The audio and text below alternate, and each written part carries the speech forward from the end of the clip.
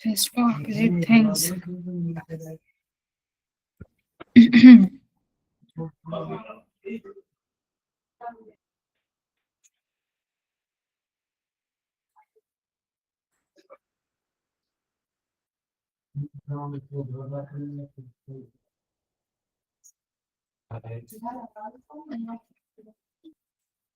कहाँ मार लगाऊं?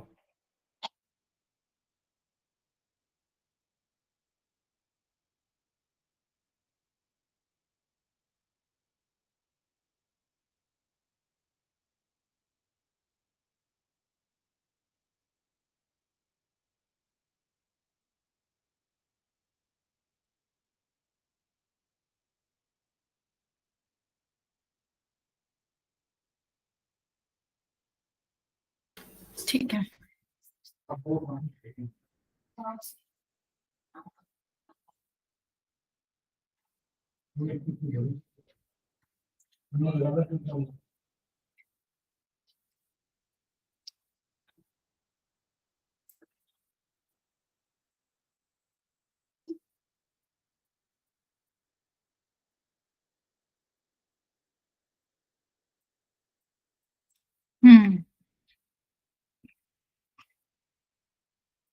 वेव ऑप्टिक्स शुरू करेंगे, ठीक है।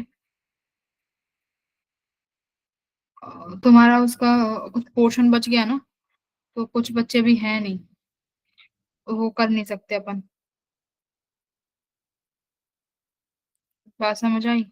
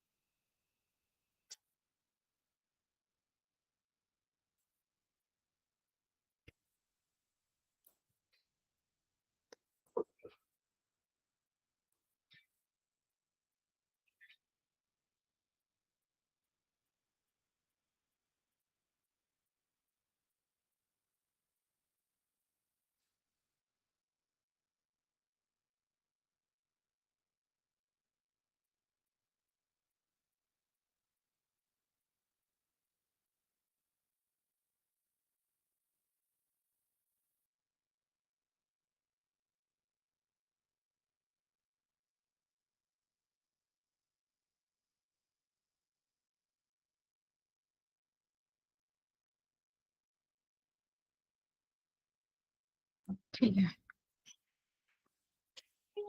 सब आ गए जितने भी थे दिल्ली वाले। शाजिया, आप वहां नहीं गए ना बूट कैंप में? No ma'am. आप क्यों नहीं गए? मैम मेरे को कॉल भी नहीं आई थी और थोड़ी हेल्थ इशू भी है इसलिए। अच्छा अच्छा, ठीक है।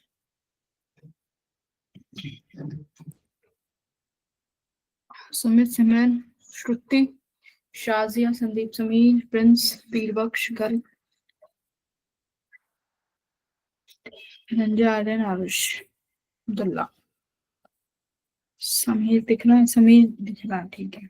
गर्व, गौरव, गर्व दिख रहा है। गौरव भाई सब नहीं आए ना अभी, इन्हें पकड़ के लाते हैं गौरव को। विदाउट इंफॉर्मेशन पहले वाली क्लास में था गौरव? हम्म।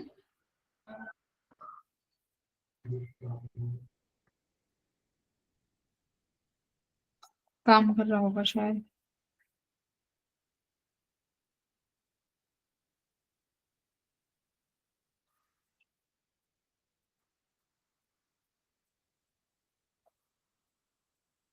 यहाँ नहीं है ना गौरव? मॉडर्न फिजिक्स से तो काफी अच्छा वेटेज है। मॉडर्न फिजिक्स का भी हमने सिर्फ एक ही लेक्चर किया है, ठीक है। अभी बच्चे हैं नहीं, तो फिर अगर तुम्हें पढ़ाऊंगी तो उनका रह जाएगा। वेव ऑप्टिक्स शुरू करते हैं। वेव ऑप्टिक्स कंप्लीट करने के बाद फिर दोबारा मॉडर्न फिजिक्स पे आएंगे, ठीक है। मॉडर्न फिजिक्स बच जाएगी फिर ओनली। चलो, इस वीक स्टार्ट करें वेव ऑप्टिक्स। ओके।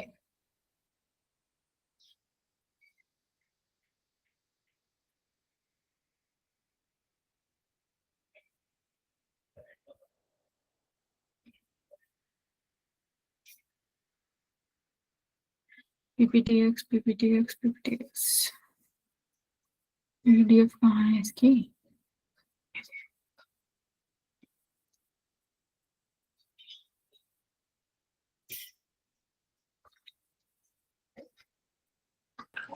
मैम आज तो पीवाईक्यू होंगे ना, किस चीज के?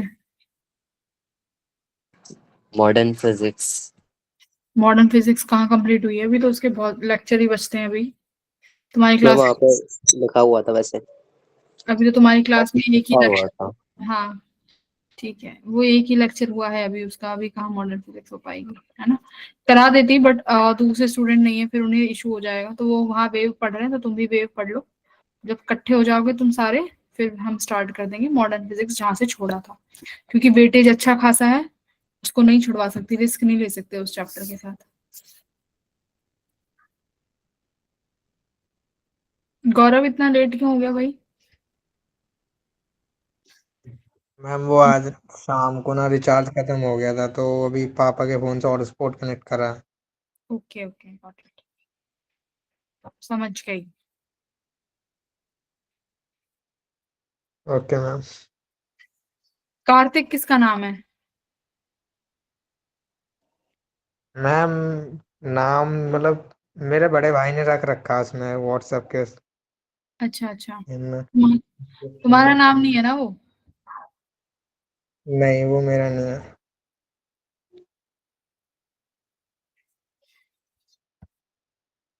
अच्छा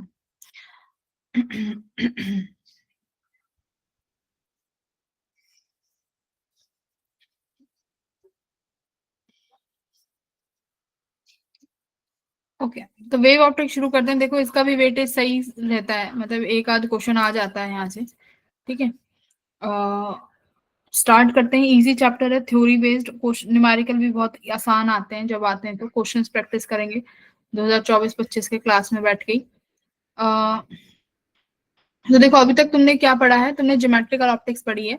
ज्योमेट्रिकल ऑप्टिक्स लाइट को कैसे शो करती है, कि जो लाइट है एक स्ट्रेट लाइन में ट्रेवल करती है, यानी वहां पर एक लाइट को रे की तरह ट्रेवल कराया जाता है ना। रे का मतलब है एक सीधी डायरेक्शन में लाइट जो है ट्रेवल करती है।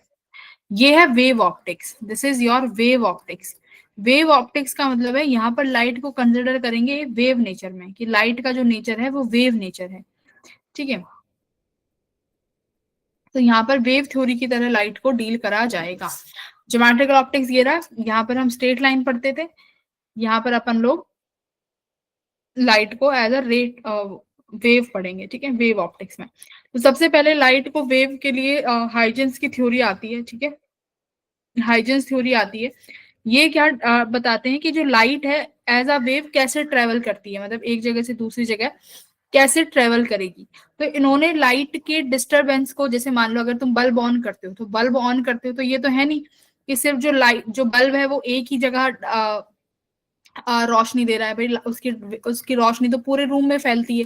तो वो वही बताता है कि जो लाइट है वो कैसे ट्रेवल करती है, उसको इन्होंने वेव फ्रंट की मदद से समझाया, ठीक है। इन्होंने अपनी वेव फ्रंट की थ्योरी दी, ये इनकी थ्योरी है हाइजेंस की। ये थ्योरी क्या कहती है, बस ये थ्योरी में थोड़ा सा वेव फ्रंट के बारे में पता होना चाहिए कि क्या कहती है ये थ्योरी।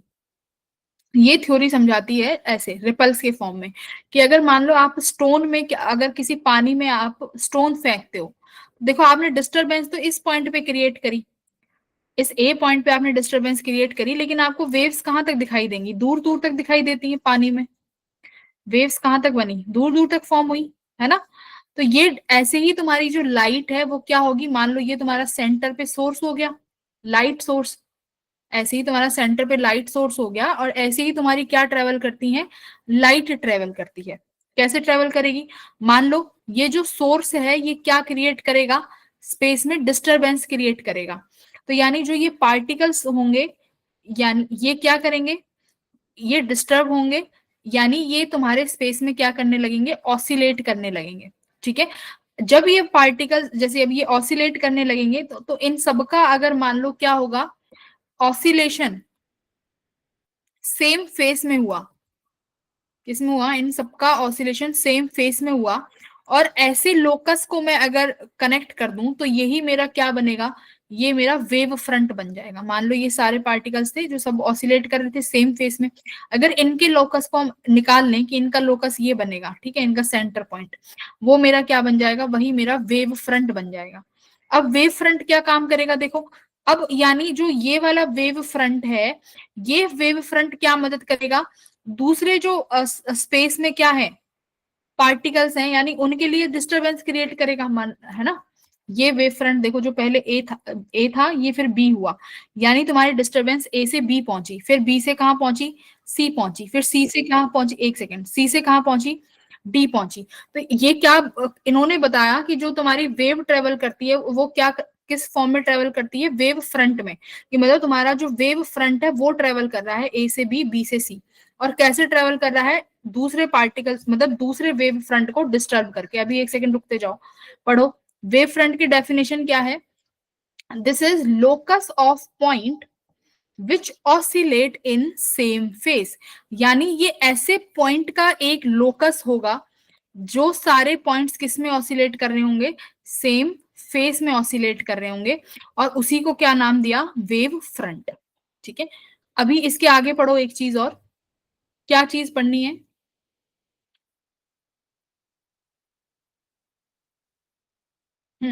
ये वाली डेफिनेशन पढ़ो।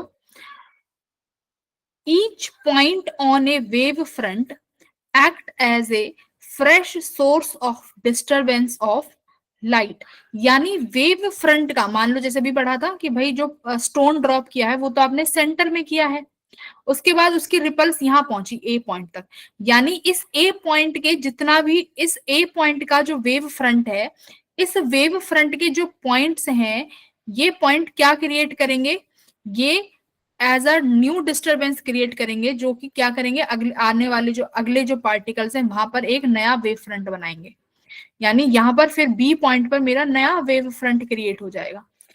ठीक है, तो हर एक वेव फ्रंट क्या कर रहा है, एज अ डिस्टरबेंस का सोर्स बन रहा है। इनिशियली डिस्टरबेंस का सोर्स क्या था, स्टोन।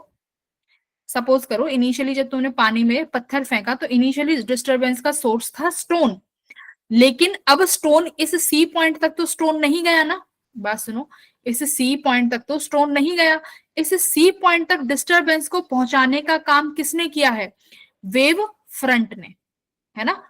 उस नए डिस्टरबेंस को पहुंचाने का काम किसने किया है, वेव फ्रंट ने। तो मतलब जितनी बार वेव फ्रंट बनेंगे वो वेव फ्रंट खुद एक डिस्टरबेंस के सोर्स की तरह एक्ट करता चला जाएगा, जिससे तुम्हारी लाइट क्या होती चली जाएगी, आगे ट्रेवल करती हुई चली जाएगी।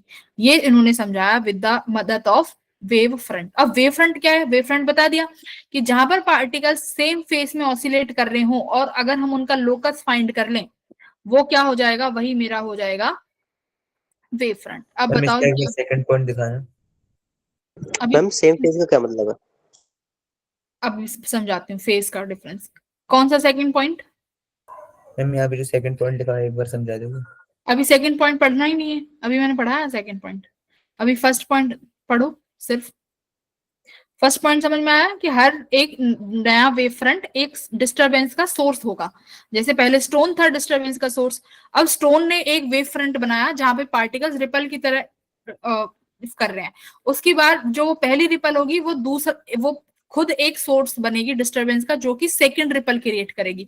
फिर वो सेकंड रिपल क्या होगी, रिपल का मतलब है जो पानी की जो वो बता रही हूँ मैं, वो सेकंड रिपल क्या बनेगी, एज अ डिस्टरबेंस बनेगी, नई डिस्टरबेंस, जिसकी वजह से तीसरा बनेगा, है ना, एक एक करके बनती चली जाती है ना। तो ऐसे ही लाइट का ट्रेवल इन्होंने हाइजेंस प्रिंसिपल ने समझाया। ठीक है, अब बात आई कि यहाँ पे जैसे अभी इन्होंने धनंजय ने पूछा कि सेम फेस क्या होता है। सेम फेस का मतलब है, अभी एसी पढ़ के आए हो तो थोड़ा बहुत तो फेस समझ पा रहे होंगे कि फेस क्या है। फेस का मतलब है कि सारे पार्टिकल या तो एक साथ ऊपर जाएंगे या सारे पार्टिकल एक साथ नीचे आएंगे, है ना, है ना, सब चीज एक फेस में रहेंगी, ऊपर नीचे एक साथ होता रहेगा, उसे क्या बोलेंगे, सेम फेस। ये होता है सेम फेस में होना। ठीक है, ओके। अब इन्होंने क्या बोला कि देखो वेव फ्रंट ट्रेवल कर रहा है, भाई वेव फ्रंट ट्रेवल कर रहा है ना, पहले यहां था, उसके बाद एक नया वेव फ्रंट जनरेट हुआ बी पे, फिर एक नया वेव फ्रंट जनरेट हुआ सी पे, एक और जनरेट हो जाएगा डी पे, फिर एक और बन जाएगा ई पे, ऐसे वेव फ्रंट बनते चले जाएंगे। तो जिस स्पीड से तुम्हारे वेव फ्रंट आगे की तरफ ट्रेवल कर रहे हैं ना, वही वेव फ्रंट की स्पीड क्या हो जाएगी, स्पीड ऑफ वेव, यानी उसी स्पीड से तुम्हारी वेव ट्रेवल कर रही होगी जिस स्पीड से क्या ट्रेवल कर रहा है, वेव फ्रंट। मेरी बात समझ में आ रही है, उन्होंने वेव को किससे समझाया है, उन्होंने वेव को वेव फ्रंट की मदद से समझाया है कि एक्चुअली में क्या आगे जा रही है, डिस्टरबेंस। भाई लाइट क्या है, एनर्जी, जैसे जैसे एनर्जी आगे मूव करेगी तो तुम्हारे जैसे जैसे वेव मूव करेगी, देखो आपने पढ़ा हुआ है लॉन्गिट्यूडनल वेव पढ़ा है, लॉन्गिट्यूडनल वेव पढ़ा है कि जैसे वेव मूव Yes, करती ma'am. है, अगर मान लो किसी पार्टिकल में वेव मूव कर रही है तो वहां पर जो पार्टिकल्स होंगे वो कैसे मूव करेंगे, जिस डायरेक्शन में मूव कर रही होगी वेव उसी डायरेक्शन में ही मूव करेंगे, है ना। ये तुम्हारी लॉन्गिट्यूडनल वेव होती है। ये कौन सी वेव है, लॉन्गिट्यूडनल, कि यानी जिस डायरेक्शन में आप हमारी वेव मूव करेगी उसी डायरेक्शन में जो पार्टिकल्स हैं वो उसी डायरेक्शन में मूव करेंगे, है ना। डिस्टर्ब किए ना, वेव आई, वेव ने पार्टिकल को डिस्टर्ब किया तो पार्टिकल ऑसिलेट करेगा। पार्टिकल की अगर oscillation along the direction of wave है तो यानी ये लॉन्गिट्यूडनल वेव हुई। अब ट्रांसवर्स वेव क्या होती है, जो एक्चुअली में ट्रांसवर्स वेव क्या है आपकी, लाइट कैसी वेव है, ट्रांसवर्स वेव। ट्रांसवर्स वेव क्या होगी, अगर ये डिस्टरबेंस आई, वेव क्या है, वेव इज अ डिस्टरबेंस। अगर ये वेव आती है तो जो ये पार्टिकल्स हैं, ये पार्टिकल्स कैसे मूव करेंगे, अप डाउन, है ना, यानी वेव की डायरेक्शन के परपेंडिकुलर, यही होती है ट्रांसवर्स वेव। पार्टिकल्स कैसे मूव करेंगे, जैसे मान लो आपकी वेव एक्स डायरेक्शन में है तो पार्टिकल्स कहां मूव करेंगे भाई, वाई डायरेक्शन में, तो ये होगी ट्रांसवर्स वेव। और इन पार्टिकल्स का ऑसिलेशन, यानी अगर ये पार्टिकल ऊपर जा रहा है तो ये भी ऊपर जाना चाहिए, ये भी ऊपर जाना चाहिए, ये भी। अगर ये साथ में ऊपर जा रहे हैं, फिर बीच में आ रहे हैं, फिर नीचे जा रहे हैं, इनको क्या बोलते हैं कि सारे पार्टिकल्स किस में है, सेम फेस में है ना, तब इसको क्या बोलेंगे, सेम फेस बोलेंगे। ठीक है, तो इसने क्या बोला, लाइट की स्पीड को, यानी जो वेव जो ट्रेवल करेगी वो किस में करेगी, वेव फ्रंट से, कि मतलब जिस तरीके से तुम्हारा वेव जल्दी जल्दी क्रिएट होते चले जाएंगे, वेव फ्रंट क्रिएट होते चले जाएंगे, उसी स्पीड को क्या बोल सकते हो आप, स्पीड ऑफ वेव बोल सकते हो। ठीक है, ये इन्होंने हाइजेंस ने अपनी थ्योरी दी। आगे आ जाओ, और क्या कहते हैं ये, अब देखो इन्होंने बोला है कि अगर मेरे पास पॉइंट सोर्स है, मान लो अगर मेरे पास यहाँ पर कोई लाइट है जो कि पॉइंट सोर्स है, अब यहां से निकलने वाली वेव हर डायरेक्शन में चलेगी भाई, पॉइंट सोर्स है, पॉइंट सोर्स से तो हर डायरेक्शन में वेव्स निकलेंगी, ये निकली हैं। अब ये कह रहे हैं कि waves uniformly in all direction, ठीक है, हर डायरेक्शन में वेव को इमिट करेगा, then the locus of points which have same amplitude and vibrate in the same phase, यानी वो पॉइंट जो सेम डायरेक्शन में, सेम एम्पलीट्यूड में और सेम फेस में वाइब्रेट कर रहे हो, वो वाला कैसा वेव फ्रंट क्रिएट होगा, यहाँ पे स्फेरिकल वेव फ्रंट। ठीक है, मान लो यहां से ये निकली वेव्स निकली, अब मैं यहाँ पर r दूरी पे जाके एक स्फेरिकल वेव फ्रंट बना देती हूँ, यानी मैंने क्या किया, ये स्फेरिकल वेव फ्रंट बनाया। अब इस वेव फ्रंट पे जो भी पार्टिकल होंगे, ये जो भी पॉइंट होंगे इस स्फेरिकल पर, ये किस तरीके से मूव करेंगे बेटा, ये सब सेम फेस में, ये सब सेम फेस में ऑसिलेट करेंगे। ठीक है, और सबका एम्पलीट्यूड भी क्या रहेगा, सबका सेम एम्पलीट्यूड भी रहेगा। ठीक है, सब सेम एम्पलीट्यूड में मूव करेंगे, बात समझ में आई। अगर तुम्हारे पास डिस्टेंस के साथ मैम एम्पलीट्यूड कम नहीं होता इनका वेव्स का, कैसे, किसके साथ, मैम जैसे आप वाटर रिपेल की बात कर रहे थे मैम, वो डिस्टेंस के साथ मैम वो तो कम हो जाता है ना उनका हाँ एम्पलीट्यूड। हाँ, तो फिर जो उस पर्टिकुलर पॉइंट पे तुमने वेव फ्रंट बनाया होगा, उस पॉइंट के जितने भी पार्टिकल्स होंगे उन सबका एम्पलीट्यूड सेम रहेगा, भले ही कम हो जाए। Okay ma'am. हाँ, उस पॉइंट के पार्टिकल्स का वेव एम्पलीट्यूड फिर सेम रहेगा। ठीक है, सबका एक साथ कम ज्यादा होगा। अगर ये याद रखना कि अगर मेरे पास पॉइंट सोर्स है तो उसके लिए कैसा वेव फ्रंट बनता है, स्फेरिकल वेव फ्रंट बनता है। ठीक है, उसका स्फेरिकल वेव फ्रंट बनेगा। ओके, आगे आता है plane wave front. Plane wave front क्या है,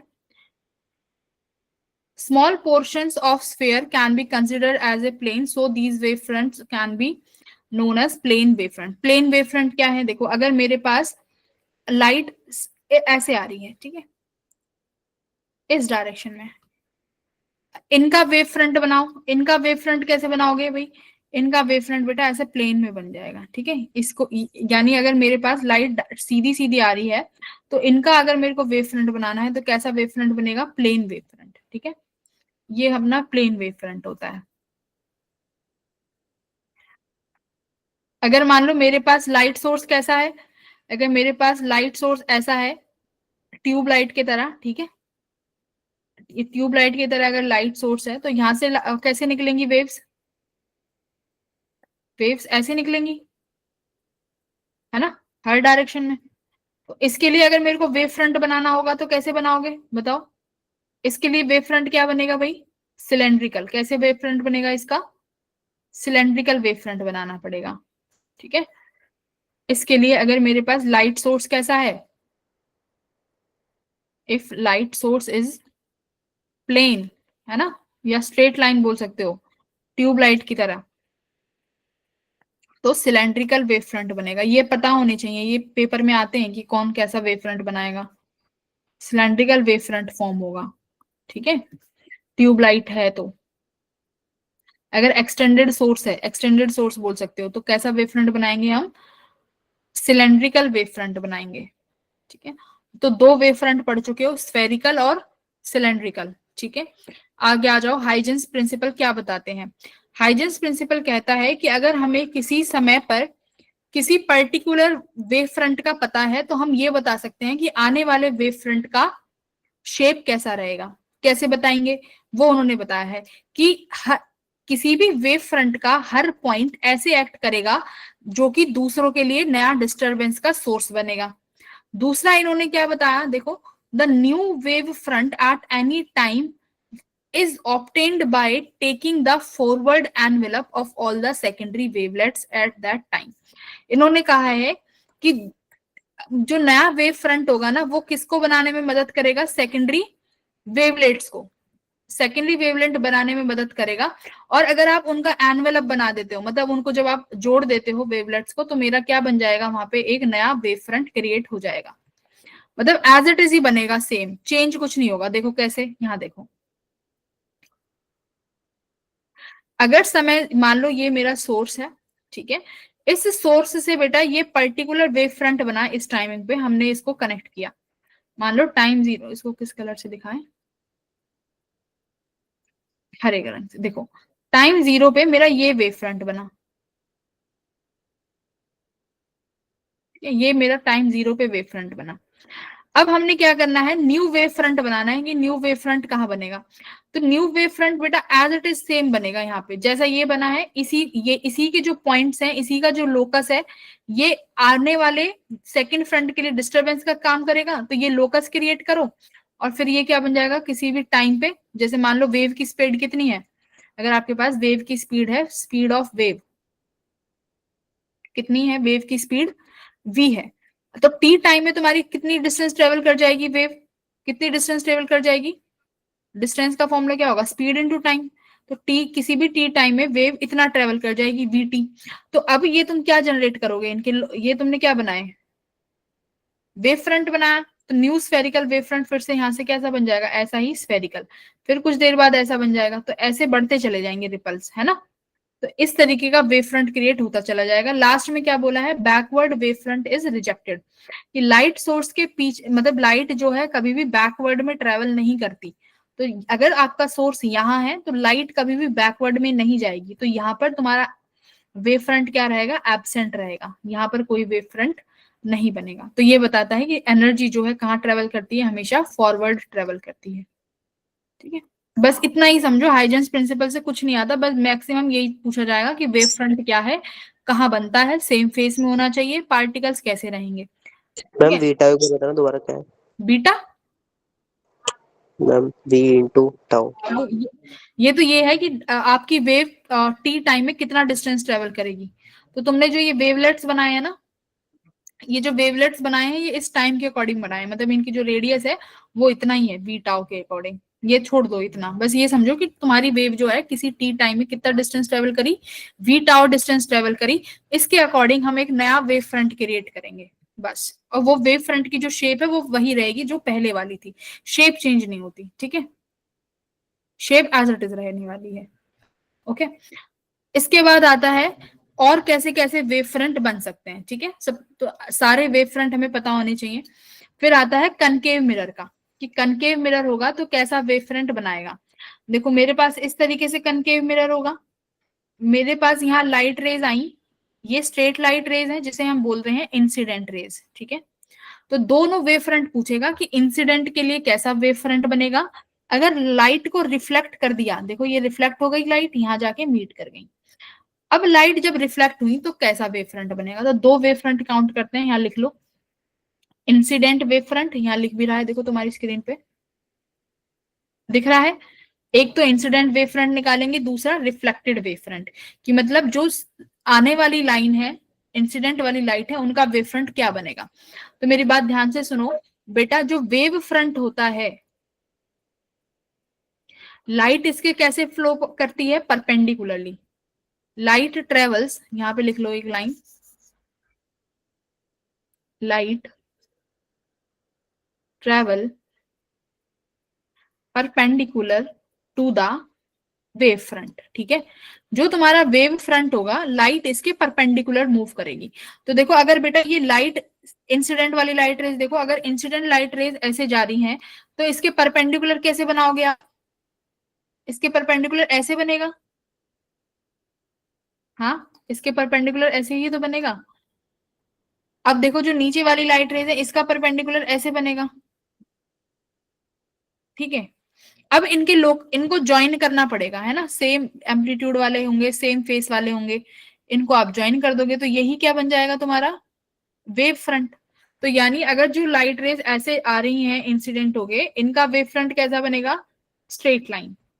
ठीक है, ओके। अब उसके बाद जो लाइट टकरा के वापस आएंगी, यानी रिफ्लेक्ट होके आई, उनका कैसे बनेगा। तो देखो मेरा जो ये कनकेव मिरर है, ये कैसा मिरर है, कन्वर्जिंग और डाइवर्जिंग,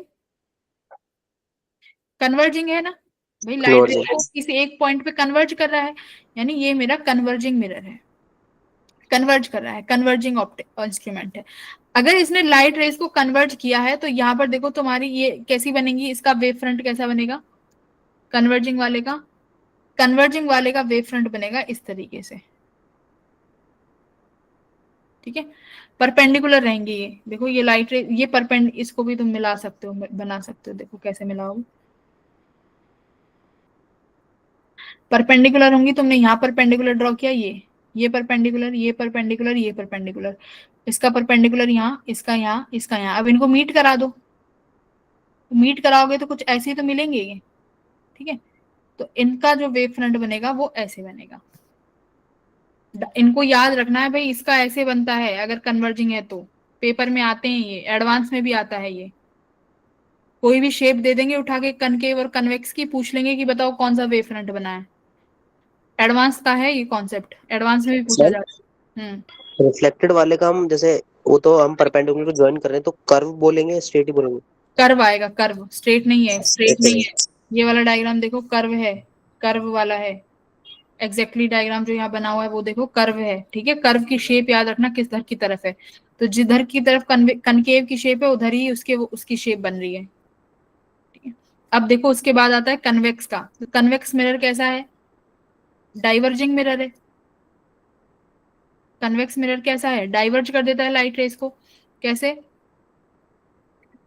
अगर मेरे पास यहाँ से कोई लाइट रे आई, इंसिडेंट हुई, अच्छा इसने सीधी ली है तो सीधी ले लेते हैं, इसको क्या कर देगा भाई, ये इंसिडेंट हुई और ऐसे रिफ्लेक्ट कर देगा, यहाँ से ये लाइट रे ऐसे इंसिडेंट होगी, इसको ऐसे रिफ्लेक्ट कर देगा। अब ये कहाँ जाके मिल जाएंगी, कहीं यहाँ जाके मिलेंगी। बट है कैसा, इसने लाइट रेज को क्या किया, डाइवर्ज कर दिया ना, अलग अलग चली गई। तो देखो जो लाइट इंसिडेंट हुई है उसका वेव फ्रंट अभी भी कैसा रहेगा, उनका तो अभी भी वेव फ्रंट कैसा है, इंसिडेंट। Straight line. तो देखो इंसिडेंट वेव फ्रंट कौन सा है, ए बी, तो incident wave front A B है जो कि स्ट्रेट है। उसके बाद कौन सा बनेगा, इसमें रिफ्लेक्टेड का बनाओ, इसमें रिफ्लेक्टेड का कौन सा बनेगा भाई, ये वाला, देखो यहाँ पर ये बना हुआ है रिफ्लेक्टेड का, बात समझ में आई, दिस वन। तो इस तरीके से बनाना शेप। तो ये है तुम्हारा किसका, कन्वेक्स का, कन्वेक्स की जगह याद रखना डाइवर्जिंग। कनकेव में कैसा था, कनकेव में इस तरीके से बना हुआ था। ठीक है, बस इतना याद रखना है कि कन्वेक्स में कैसे बनेगा, कनकेव में कैसा बनेगा। उसके बाद लेंस, कन्वेक्स लेंस कौन सा लेंस है, कन्वर्जिंग, Yes, ma'am. तो कन्वर्जिंग है तो किसकी तरह बनेगी भाई, अभी पढ़ा था कन्वर्जिंग वाला, कनकेव।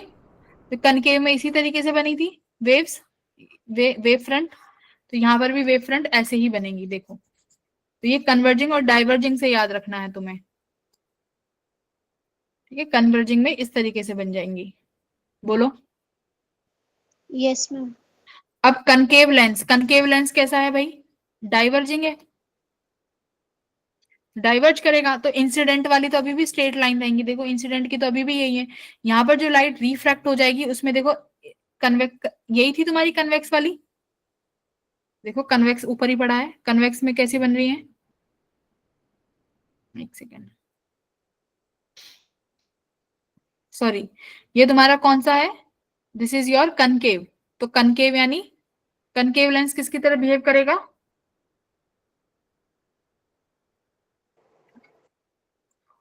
कहाँ गया? कॉन्वेक्स की तरह।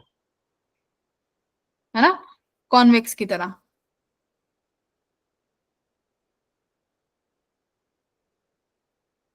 तो इसमें जो वेव फ्रंट बनेगी वो ये वाली बनेगी, ठीक है। ये वाली याद रखना, कनकेव की और कॉन्वेक्स की, इसमें कैसी वेव फ्रंट बन रही है। ठीक है? ये लो, ज्यादा इस ओवर राइट नहीं करती हूँ, डायरेक्ट तुम्हें दिखना चाहिए। ये चारों वेव फ्रंट बहुत इंपॉर्टेंट है, एग्जाम में आता है, तो इन चारों को अच्छे से एक बार रिवाइज कर लेना और देख लो कि कैसे बन रही है। ठीक है, आ जाओ। इनका कोई कॉन्सेप्ट नहीं है कि मैं तुम्हें ये सिखा दूं कि ये कैसे बनाई गई हैं, ठीक है। ये ऐसे बनती हैं, तो ये याद रखनी है आपको। उसके बाद देखो, उसके बाद फिर नेक्स्ट आती है प्रिज्म की, कि प्रिज्म में वेव फ्रंट कैसे बना है। ठीक है, प्रिज्म में कैसे बनेगी, तो देखो मेरे पास ये प्रिज्म है। प्रिज्म में क्या होगा, मेरे पास आउटर मीडियम रेयर है, यहाँ पर रेयर मीडियम है, यहाँ डेंसर मीडियम है, और फिर इसके बाद रेयर मीडियम आ जाता है। ठीक है, तो लाइट रेज यहाँ से क्या होंगी, अगर बाहर निकलेंगी तो डेंसर टू रेयर। तो डेंसर टू रेयर का मतलब क्या है, लाइट रेज अगर देखो ऐसे आई, मेरी बात सुनो, लाइट रेज अगर ऐसे इंसिडेंट हो रही हैं, तो बेटा अगर लाइट रेज यहाँ से बाहर निकलेंगी तो कहाँ बैंड होंगी? रेयर, डेंसर टू रेयर जाएंगी तो band away, away. Away from the normal, away from the normal light ऐसे चली जाएंगी बाहर, अवे फ्रॉम द नॉर्मल ऐसे जाएंगी ना लाइट रेज। तो ये वाला डायग्राम तुम्हें यहाँ बना के दिखाया हुआ है। अब इन लाइट रेज का बनाना है क्या, वेव फ्रंट, कि इनका वेव फ्रंट कहाँ बनेगा। देखो कैसे बनाओगे, इसका वेव फ्रंट बेटा ऐसे बाहर ऐसे जाता हुआ, और यहां से इसका ऐसे जाता हुआ वेव फ्रंट बनेगा। ये देखो, ये देख लो, ये याद रखना वेव फ्रंट कैसे बनेगा। ठीक है, इसका ऐसे जाता हुआ, और मान लो यहाँ से आ रही है तो ऐसे बना दोगे, और इसका फिर ऐसे आउटर की तरफ, है ना, बाहर निकलता हुआ बनेगा। और तो कोई ऑप्शन भी नहीं है इसमें बनाने का, ऐसे बनाते जाओ बाहर की तरफ। अरे, गलत हो गया तो इस तरीके से। ठीक है, तो ओवर राइटिंग नहीं करती हूँ, जो यहाँ बना हुआ है उसके नीचे ही बनाया हुआ है। बताओ ये वाला समझ में आया, प्रिज्म का कैसे बनेगा वेव फ्रंट? Yes ma'am. ये एक एक लाइन याद होनी चाहिए, ये इंसिडेंट और रिफ्लेक्टेड जो रेज हैं ये भी पता होनी चाहिए कि कैसे जा रही हैं। आउटर से जब बाहर निकलेंगी तो band away from the normal होगी, तो अवे की तरफ, ऊपर की तरफ लाइट रेज निकलेंगी। ठीक है, तो ये डायग्राम भी बहुत इंपॉर्टेंट है, आना चाहिए। अवे फ्रॉम द नॉर्मल ऐसे ही तो होगा भाई, ऊपर की तरफ मुड़ जाएंगे। ठीक है, ओके, बस इतना ही है, ये तुम्हारा हाइजेंस प्रिंसिपल था यहाँ तक, जो कि वेव फ्रंट और वेवलेट्स के बारे में बताता है। इसके बाद अपना पूरा जो मेन वेव ऑप्टिक्स है, इंटरफेरेंस वगैरह, वो स्टार्ट हो जाता है। हाइजेंस थ्योरी में बताओ यहाँ तक अगर कुछ इशू है तो। ये याद रखने हैं सारी चीजें, वेव फ्रंट जो समझाया है, वेव फ्रंट याद रखना है इसमें सबका, किसका कैसा बनेगा। अगर प्लेन सोर्स है तो सिलेंड्रिकल, पॉइंट सोर्स है तो स्फेरिकल, और मिरर्स के तुम्हें सिखाई दिए तुम्हारी स्क्रीन पे। ठीक है,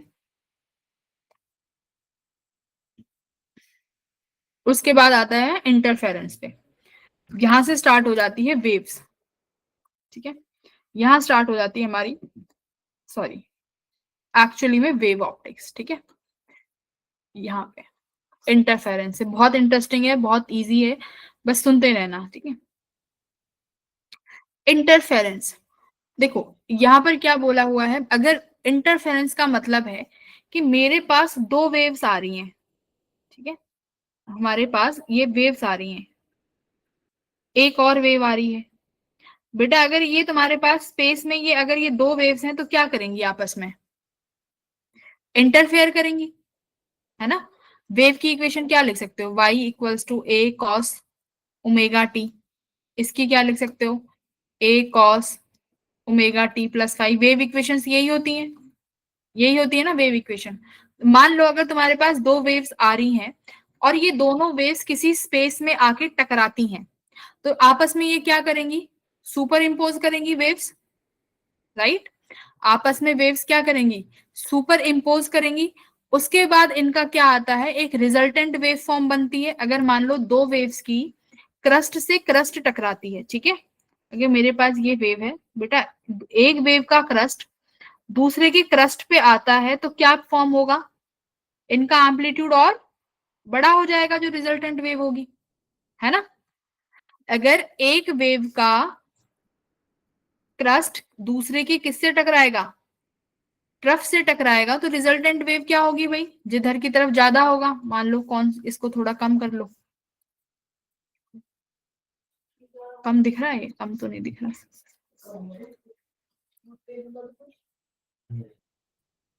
है ना। तो इस तरीके से बनेगी, इसको हम क्या बोलते हैं, सुपर इम्पोजिशन। यही होता है सुपर इम्पोजिशन, कि मेरे पास दो सोर्स हैं, दो सोर्स से मेरे पास लाइट वेव्स निकली, वो लाइट वेव्स आपस में आके टकराएंगी। टकराने का मतलब है यहाँ पे कोई कोलिजन तो होगा नहीं, इंटरफेयर करेंगी आपस में। इसका मतलब यहाँ पर एनर्जी का कुछ रीडिस्ट्रीब्यूशन होगा, या तो ऐड हो जाएंगी या माइनस हो जाएंगी। अगर दोनों वेव का ट्रफ टकराता है तो ऐड, क्रस्ट का क्रस्ट टकराता है तो ऐड, अगर अपोजिट टकरा जाते हैं तो क्या हो जाता है, फिर माइनस हो जाता है। पढ़ा है ना इतना तो बेसिक हमने वेव्स में, कि भाई क्रस्ट का क्रस्ट टकराएगा तो ऐड हो जाएंगी, है ना। तो ये है सुपर पोजिशन। अब बात आई, क्या सुपर पोजिशन और इंटरफेरेंस सेम चीज है, क्या सुपर पोजिशन और इंटरफेरेंस सेम चीज है। तो देखो, सुपर इम्पोजिशन तो हर किसी भी वेव का हो सकता है। सुपर इम्पोजिशन तो आप कैसी भी वेव उठा के ले आओ, हर वेव सुपर इम्पोज कर सकती है। बट इंटरफेरेंस क्या है, इंटरफेरेंस एक पैटर्न का नाम है।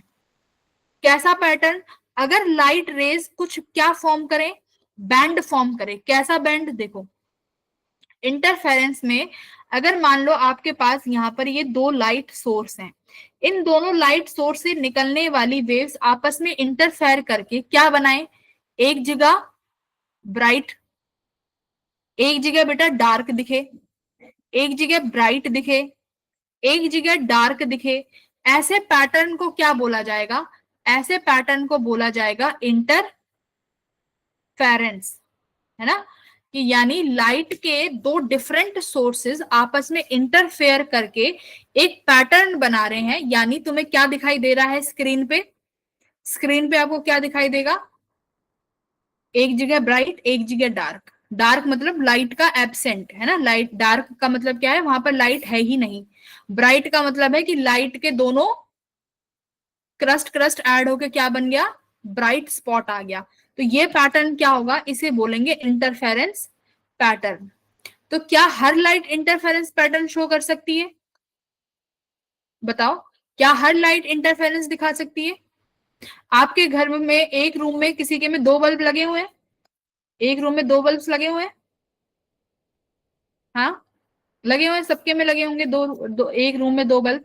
क्या तुम्हें कहीं पे ब्राइट डार्क दिख रहा है, क्या रूम में ब्राइट डार्क दिख रहा है, नहीं दिख रहा। तो इसका मतलब हर सुपर इम्पोजिशन क्या नहीं है, इंटरफेरेंस नहीं है। बात समझ में आई। सुपर इम्पोजिशन का मतलब है कि दो वेव आई और आपस में वो ऐड हो गई according to their phase difference और पाथ डिफरेंस। इंटरफेरेंस में स्पेसिफिक कंडीशंस चाहिए, वो कंडीशन क्या है वो हम देखेंगे।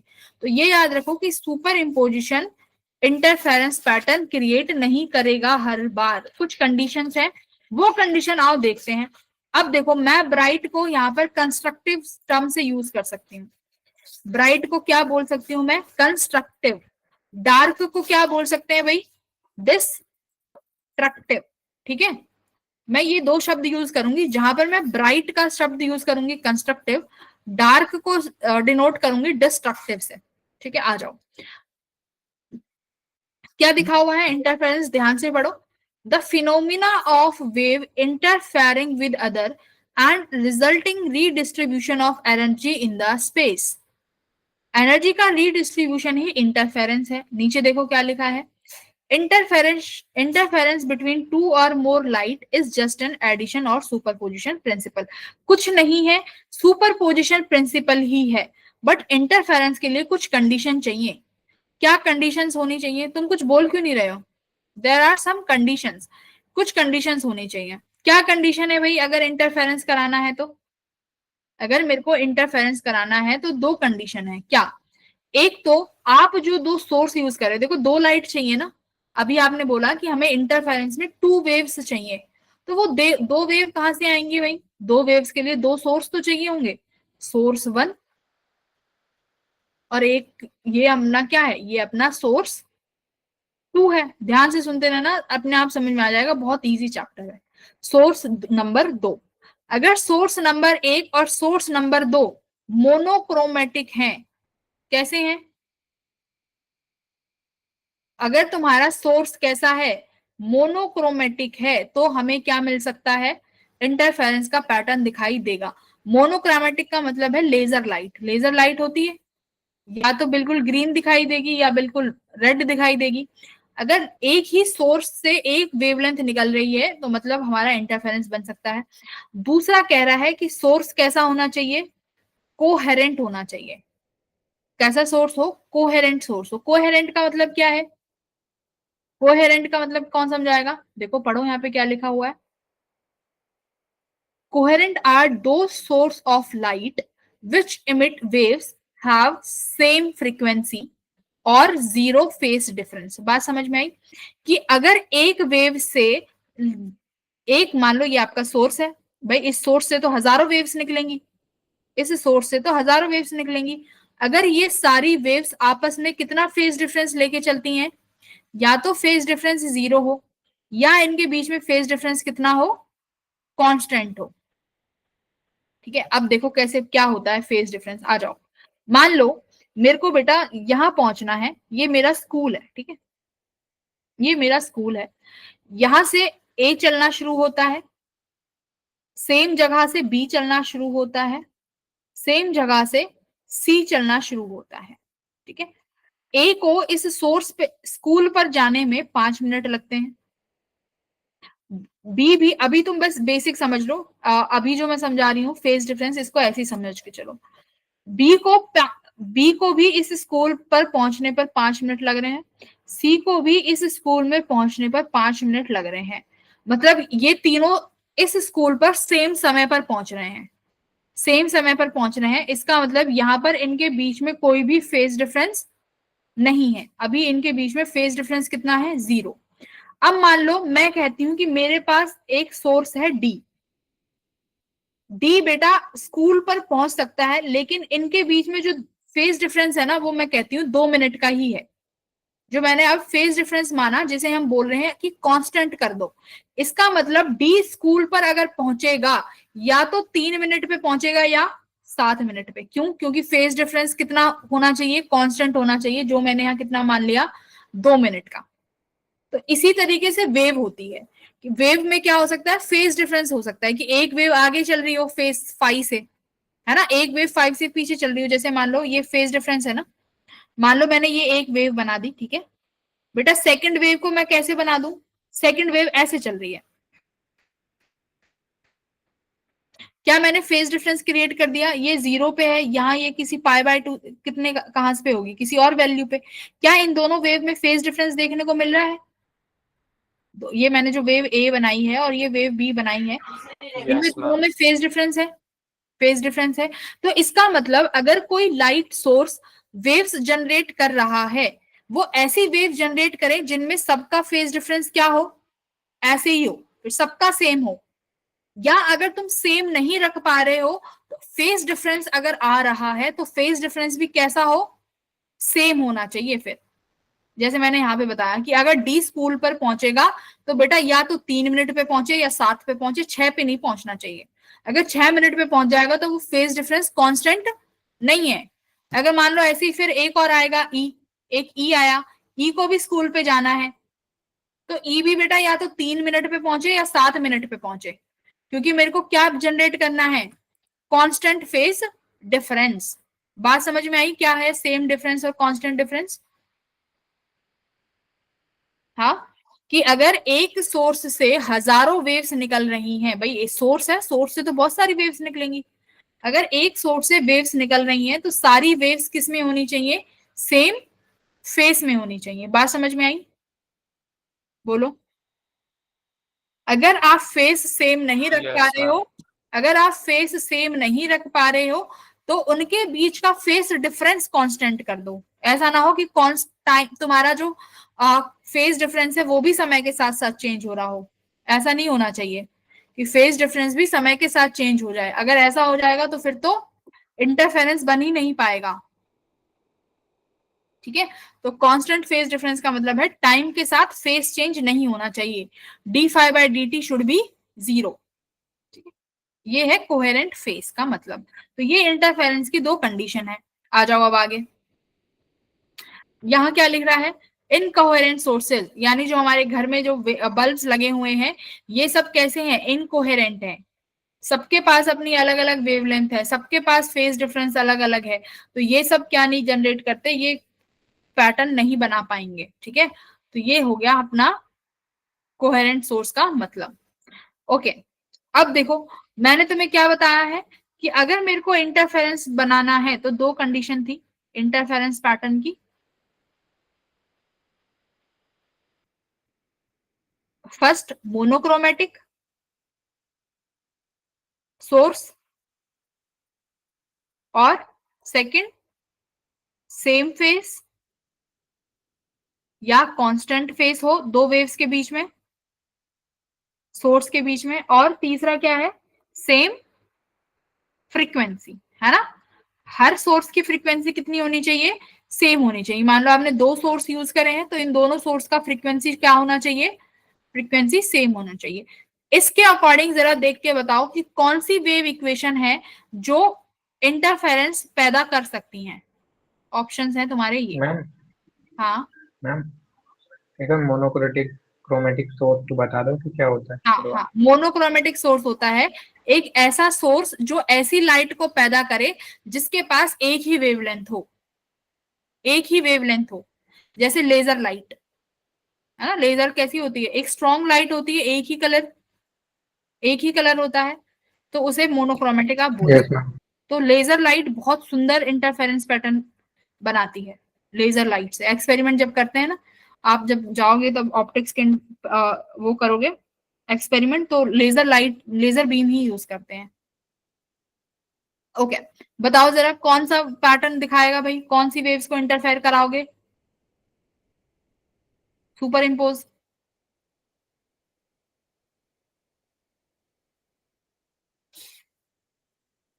फ्रीक्वेंसी सेम होनी चाहिए, फेज डिफरेंस या तो 0 या कांस्टेंट।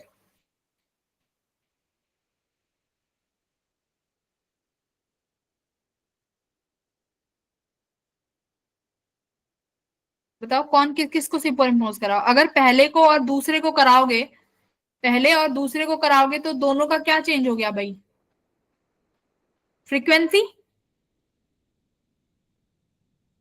हाँ देखो, देखो मेरी बात, ये साइन के साथ जो भी है ये क्या है, साइन के साथ जो भी लिखा होता है ये क्या होता है, फेस। एसी में सीखा था ना कि साइन के साथ जो भी टर्म लिखी होती है ये क्या क्रिएट करती है, फेस बनाती है। तो देखो अगर पहली और दूसरी को बनाओगे तो इनका फेस डिफरेंस जरा लिखो, क्या लिखोगे आप phase difference, 2 omega T minus omega T, कितना आया, ओमेगा टी। तो फेस डिफरेंस किसके साथ आ गया, टाइम के साथ आ गया ना। और मुझे फेस डिफरेंस कैसा चाहिए था, मैंने अभी बताया था फेस डिफरेंस कैसा चाहिए था, कांस्टेंट। कांस्टेंट, यानी D five by d T ma'am मुझे क्या चाहिए, कांस्टेंट मैंने बोला था D five by d T मुझे 0 चाहिए, मतलब मेरे को 0। टाइम के रिस्पेक्ट में चाहिए ही नहीं। तो यहाँ तो टाइम के रिस्पेक्ट में आ गया, तो क्या पहला और दूसरा बना पाएंगे फेस, ओ इंटरफेरेंस, नहीं बना पाएंगे, ऑप्शन में नहीं है। बना भी नहीं पाएंगे। जरा पहला और तीसरा देखो, क्या पहला और तीसरा बना पाएंगे, नहीं मैम वो ओमेगा 1 है। वो ओमेगा 1, दोनों का फ्रीक्वेंसी चेंज हो गया तो नहीं बना पाएंगे। दूसरा और तीसरा फ्रीक्वेंसी चेंज हो गया, नहीं बना पाएंगे। थर्ड और फोर्थ नहीं बनाएंगे, फ्रीक्वेंसी अलग है, नहीं बना पाएंगे। पहला और फोर्थ बना लेंगे मैम। बना लेंगे। क्यों? क्योंकि फेज डिफरेंस क्या है? फाई ओनली, यानी ये क्या है? एक कांस्टेंट वैल्यू। अब Yes. कैसा माहौल बना के पढ़ता है तू? जब भी माइक ऑन करता है पता नहीं कौन से गाने चला के पढ़ता है ये। हाँ, ये पढ़ाई वाला माहौल है ये? कहाँ पढ़ते हो तुम? कौन सा अलग रूम लिया हुआ है तुमने? Ma'am study house. Study house, yes है भाई। ये मुझे ही लगता है कि सबको लग रहा है ये जब भी बोलता है ये इसके पीछे कुछ बैकग्राउंड साउंड आती है ना? मैम गाने चलते रहते हैं। चलते हैं ना इसके में। हाँ देखो, मुझे नहीं लग रहा मैम सबको हाई लग रहा है। कौन सा स्टडी हाउस है? मुझे दिखाओ जरा। हाँ, ये कौन से हाउस में बैठ के पढ़ते हो तुम?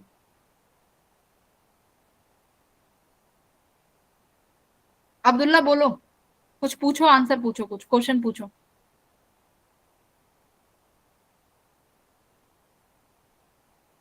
अब्दुल्ला कुछ क्वेश्चन पूछो बेटा।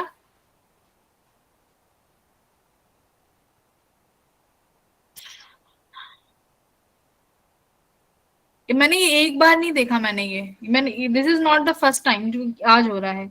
ये मैंने बहुत बार देखा है, बट मैंने टोका नहीं कभी।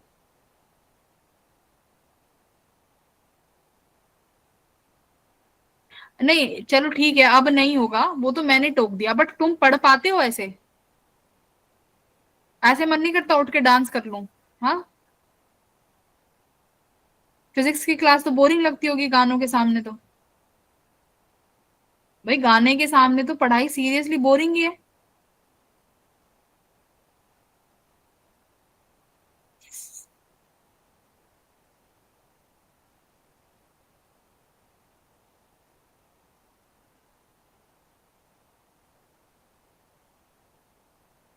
उस दिन एग्जाम में सब बच्चे पेपर देके चले गए। अब्दुल्ला उसमें सब लोग लास्ट में क्या फिल कर रहे थे तुम लोग? वो अपना ऑनलाइन ऑनलाइन क्वेश्चन तुम टिक कर रहे थे। अब्दुल्ला ओएमआर टिक कर रहा है लास्ट में। ओएमआर जो तुम सबसे पहले टिक करके तुमने जिसके अकॉर्डिंग अपना फोन वाला जो लिंक था उसमें करा है, अब्दुल्ला उसके अकॉर्डिंग ओएमआर फिल कर रहा है, उल्टा रिवर्स, उनो रिवर्स चला रखा है इसमें।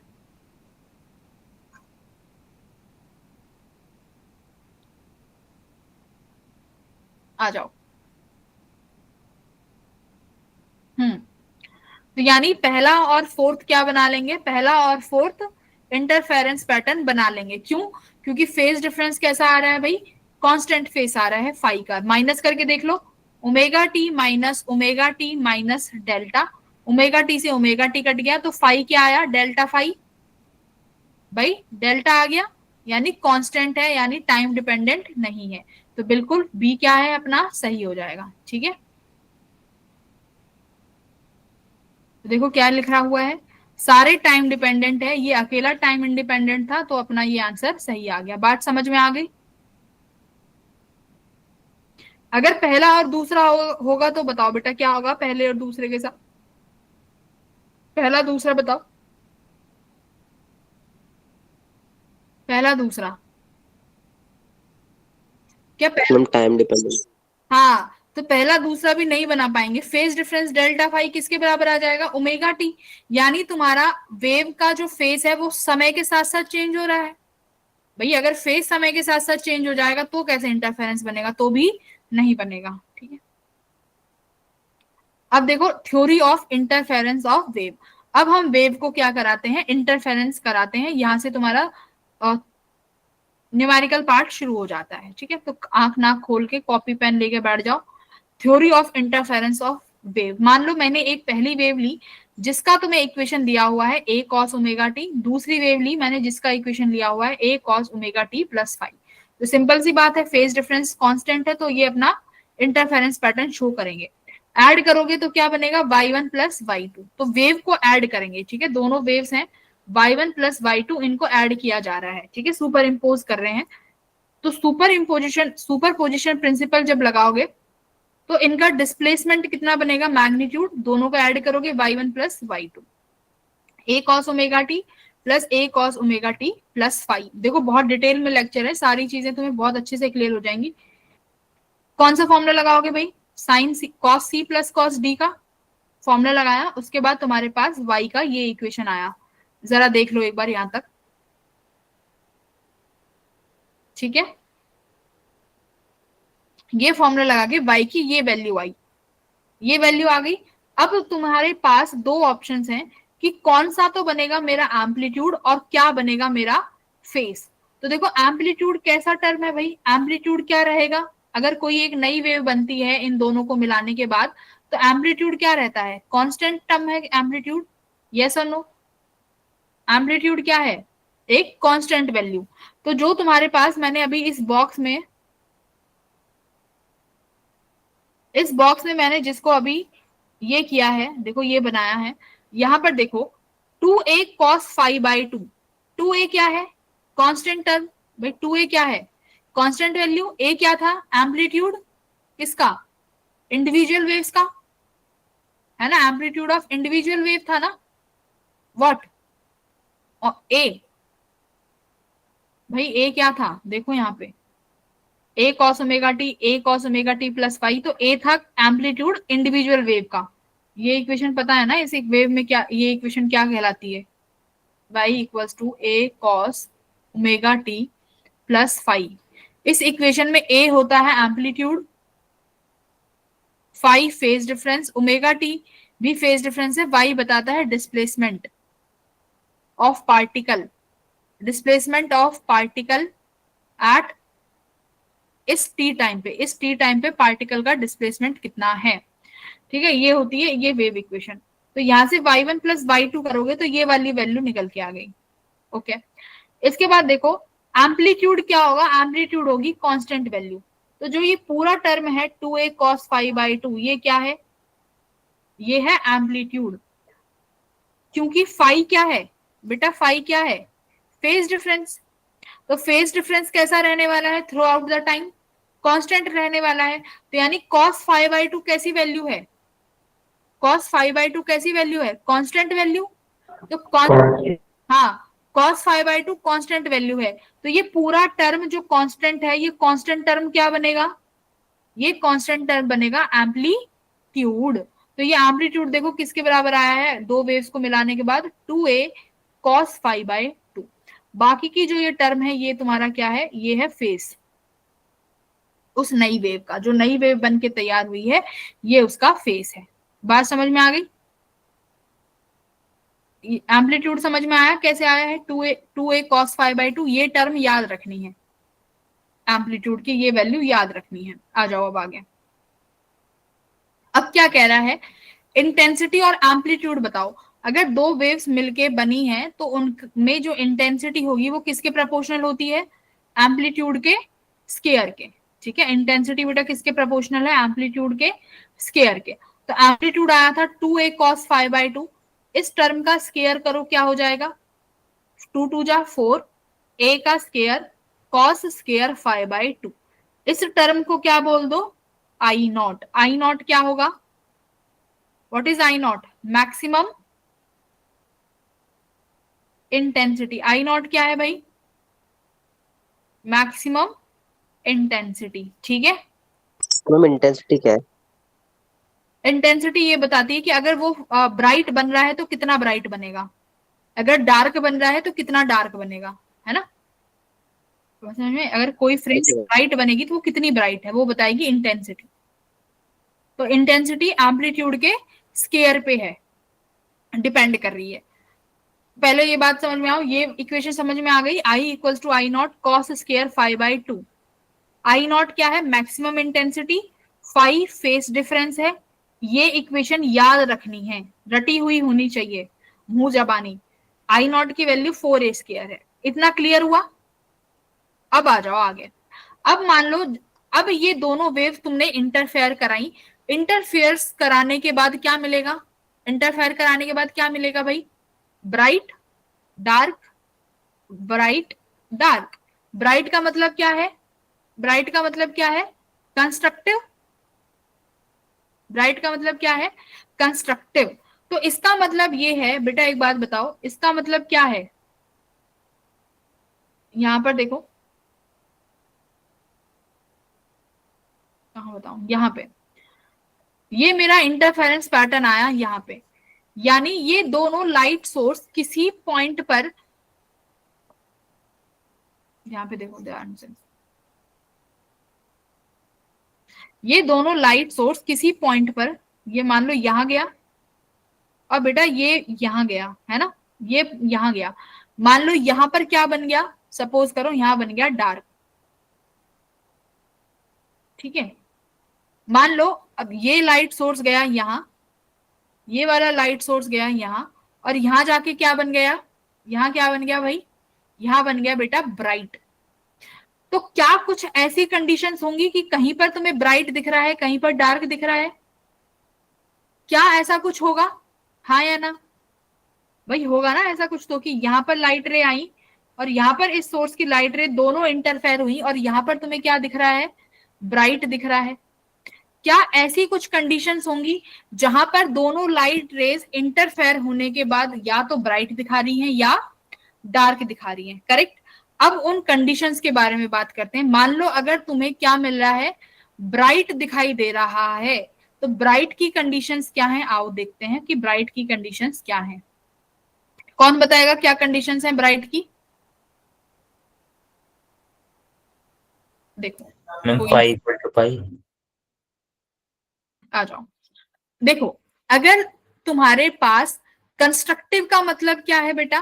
कंस्ट्रक्टिव का मतलब है इंटेंसिटी का मैक्सिमम होना, हाँ या ना? कंस्ट्रक्टिव का मतलब क्या है? कि इंटेंसिटी क्या हो जाए? मैक्सिमम।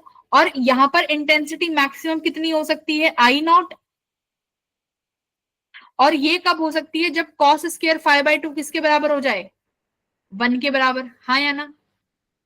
बोलो बोलो भाई, आई नॉट किसके बराबर है? आई नॉट यस याद रखना, आई नॉट है 4a स्क्वायर के बराबर, ठीक है। तो यानी तुम्हें किसी भी पॉइंट पर ब्राइटेस्ट जो इंटेंसिटी मिल सकती है, किसी भी पॉइंट पर जो ब्राइटेस्ट स्पॉट दिखाई दे सकता है, वो मिल सकता है 4a स्क्वायर। और वो कब मिलेगा? जब कॉस स्क्वायर 5/2 किसके बराबर हो? 1 के बराबर, ठीक है, 1 के बराबर हो। भाई इक्वेशन से देख रहे हो ना? इसका मतलब अगर मेरी ये पूरी वैल्यू 1 है तो इंटेंसिटी मैक्सिमम है, तो इसके अकॉर्डिंग मेरे को फाई निकालना पड़ेगा। बताओ कब, कैसे निकाल सकते हो ये? 5/2 किसके बराबर होगा अगर 1 मिल जाए? यानी कॉस 0 डिग्री पे 1 होता है, और किस पे 1 होता है? और 2 पाई पे 1 होगा, और 4 पाई पे 1 हो जाएगा। भाई कॉस 0 1, कॉस 2 पाई 1। अरे बोलो भाई, यस मैम।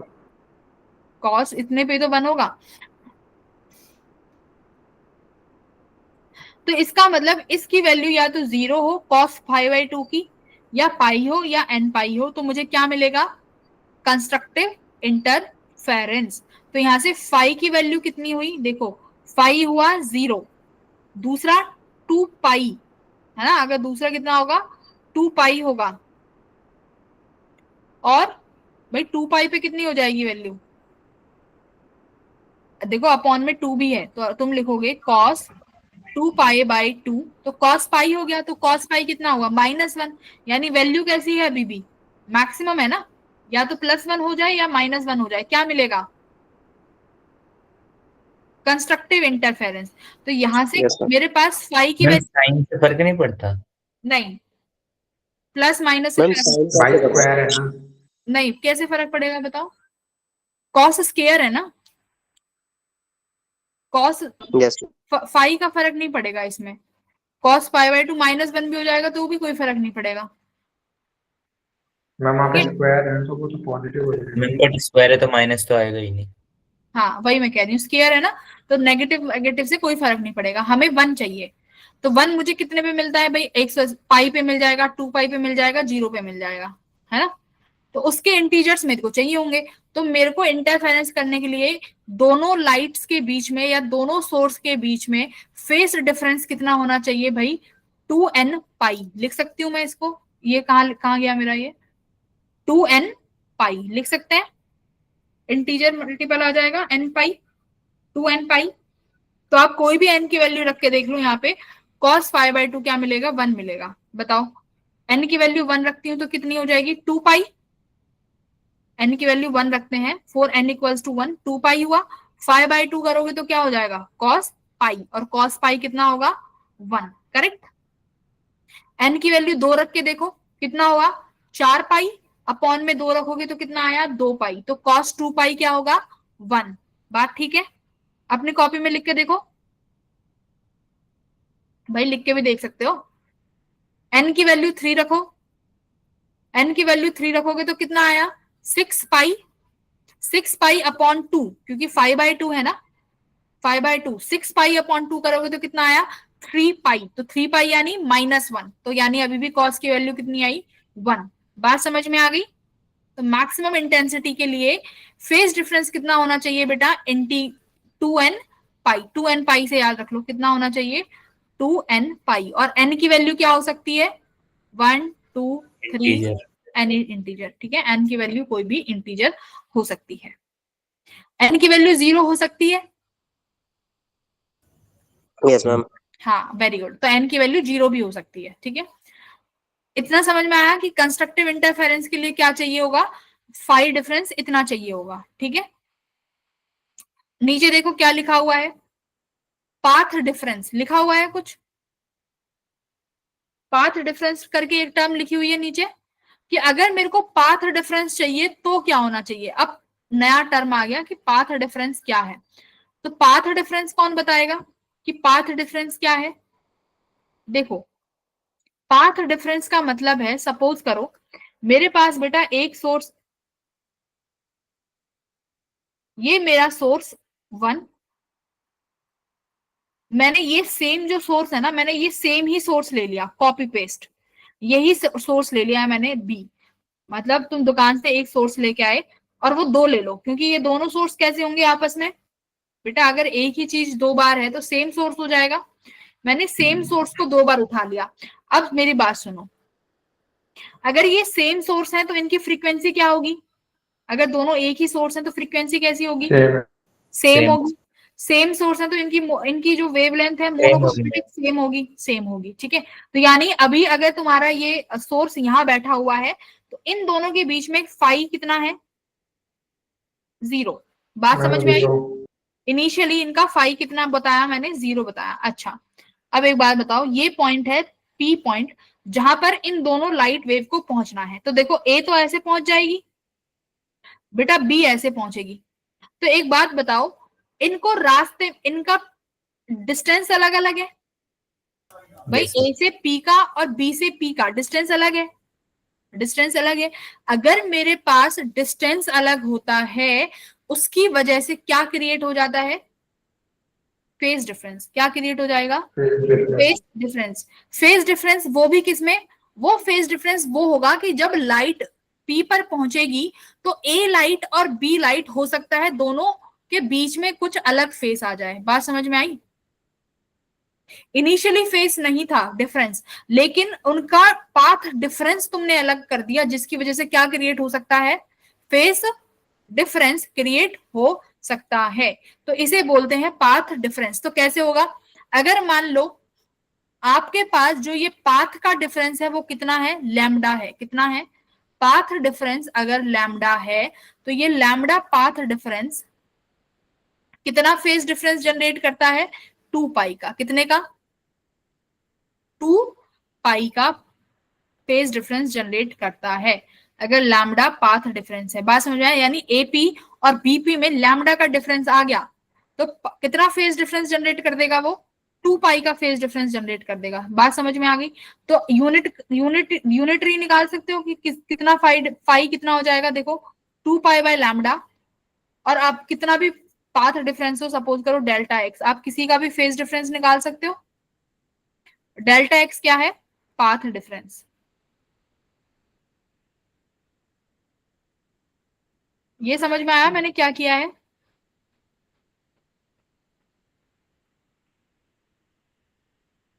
हाँ भाई देखो, मैम दोबारा समझाने एक बार। हाँ देखो, अगर लैम्डा का पाथ डिफरेंस है तो वो कितने का फेज डिफरेंस जनरेट करेगा भाई? 2 पाई का। 1 यूनिट लेंथ में कितना जनरेट, भाई लैम्डा क्या है? लेंथ। 1 यूनिट लेंथ में कितना जनरेट होगा? 2 pi by lambda.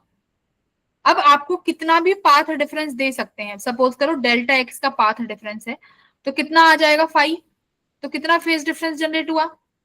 2 pi by lambda into delta x. Correct? बात समझ में आई? तो ये 5 है। तो अगर आपके पास डेल्टा एक्स यानी पाथ डिफरेंस है, आप उसके कॉरेस्पॉन्डिंग क्या निकाल सकते हो? फेस डिफरेंस निकाल सकते हो। ये चीज है कि अगर पाथ डिफरेंस है तो फेस डिफरेंस जनरेट हो सकता है, और उनके बीच का रिलेशन ये है, ये याद रखो। ठीक है, कि कंप्लीट लैम्डा पे 2 पाई का डिफरेंस आ जाता है, फिर यूनिटरी मेथड है, फिर तो 1 यूनिट का 2 पाई बाय लैम्डा हो गया, है ना? तो जितने का निकालना है उसमें डेल्टा एक्स से मल्टीप्लाई करते चले जाओ। ठीक है, तो ये क्या हुआ? 5। ठीक है, आ जाओ। 5 is your face and lambda is your path difference. अब क्या करेंगे? अगला नीचे पढ़ो क्या लिखा हुआ है। Corresponding path difference, last line देखो कि इस फेस डिफरेंस के कॉरेस्पॉन्डिंग पाथ बताओ। कि अगर मान लो मेरी ये दोनों लाइट, दोनों सोर्स ब्राइट स्पॉट बना रही हैं किसी पॉइंट पर, तो ब्राइट स्पॉट बनाने के लिए उनके बीच का पाथ डिफरेंस कितना होगा? तो मैंने अभी तुम्हें क्या सिखाया है? Pi equals to lambda upon 2 pi multiply by delta x.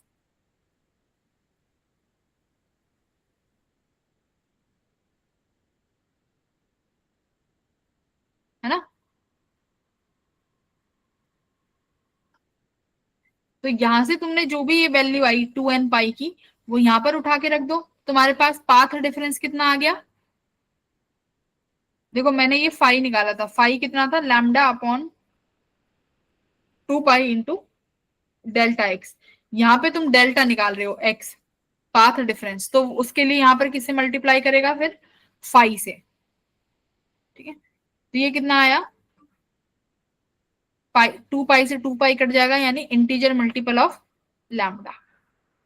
ठीक है, तो यानी phase difference integer multiple of pi और path difference integer multiple of lambda. ये दो चीज याद रखना इसके लिए, मैक्सिमम इंटेंसिटी के लिए। ठीक है, बोलो ठीक है? आगे समझ में ये पॉइंट? अगर नहीं आया तो पूछो।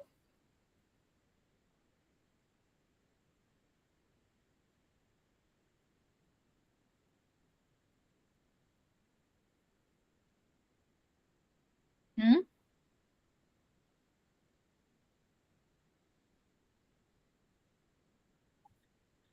सो गए क्या क्लास में? Hello, yes ma'am. क्या समझ में नहीं आया इसमें? इसमें दो चीज याद रखनी है। एक तो ये मैक्सिमम इंटेंसिटी का formula I not cos square 5/2। Maximum कब होगा? जब कॉस वाली टर्म 1 हो जाएगी। तो वो 1 करने के लिए 5 की वैल्यू क्या चाहिए? 2 पाई का इंटीजर मल्टीपल। इतना याद रखो, 2 पाई का इंटीजर मल्टीपल चाहिए। फिर उसके बाद आता है कि पाथ डिफरेंस कितना होना चाहिए। दो चीज हो सकती है, या तो फेज डिफरेंस हो जाए और या पाथ हो जाए। तो पाथ डिफरेंस कितना होना चाहिए? पाथ का मतलब होता है डिस्टेंस। तो डिस्टेंस हम किस में मेजर करते हैं? लैम्डा में। तो लैम्डा का कितना इंटीजर मल्टीपल होना चाहिए बेटा? n टाइम्स, यानी 1 lambda, 2 lambda, 3 lambda, 4 lambda, 5 lambda. अगर इतना पाथ डिफरेंस आ रहा है दोनों वेव्स में, तो भी वो कैसे इंटरफेयर करेंगी? कंस्ट्रक्टिवली इंटरफेयर करेंगी। ठीक है, उसके बाद आता है डिस्ट्रक्टिव। अगर मुझे डिस्ट्रक्टिव बनाना है तो मतलब इंटेंसिटी क्या होगी उस पॉइंट की? डार्क दिखेगा। डार्क दिखने का मतलब क्या है? इंटेंसिटी कितनी हो गई उस पॉइंट पे? 0। भाई डार्क दिखने का मतलब क्या है? इंटेंसिटी क्या होनी चाहिए? 0 होनी चाहिए। और अगर इंटेंसिटी चाहिए तो ये वाली टर्म क्या होनी चाहिए? कॉस वाली 0 होनी चाहिए, है ना? ये वाली टर्म 0 होनी चाहिए। तो ये वाली टर्म 0 कब होगी बताओ? cos 5 कितना होना चाहिए? जीरो होने के लिए pi by two, 3 pi by two, 5 pi by two, है ना, 7 पाई बाई टू, यही होना चाहिए। तो देखो 2 का काम तो ये खुद ही कर देगा। 5 कितना होना चाहिए फिर, ऑड मल्टीपल होना चाहिए ना पाई का, तो ऑड मल्टीपल के लिए क्या लगाएंगे, 2n+1, करेक्ट। ऑड मल्टीपल के लिए क्या लगाया, 2n+1। n की वैल्यू कितनी होनी चाहिए, n की वैल्यू कहां से शुरू करोगे, 0 से शुरू कर सकते हो ना, पाई बाई 2 हो जाएगा। तो ये क्या हुआ तुम्हारा फेज डिफरेंस किसका, अगर मुझे डिस्ट्रक्टिव चाहिए तो ये कंडीशन है, phase difference should be 2n+1 pi. Path difference क्या हो जाएगा, लैम्डा अपॉन 2 पाई में मल्टीप्लाई कर दो, क्या ये जो पाई आया है वो, ये क्या आ जाएगा तुम्हारा डेल्टा एक्स। यहाँ से डेल्टा एक्स यानी path difference lambda upon 2 pi multiply bye 5। पाई कितना है, 2n+1 पाई। यहां तक किसको नहीं समझ में आया बताओ।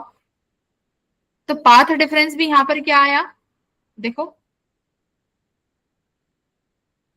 2n+1 लैम्डा बाई 2, और वहां पर कितना था n लैम्डा, वहां पर वो कितना था 2n पाई। तो ये तुम्हारी कंडीशन है कंस्ट्रक्टिव की और ये डिस्ट्रक्टिव की। बताओ ये क्लियर हुआ,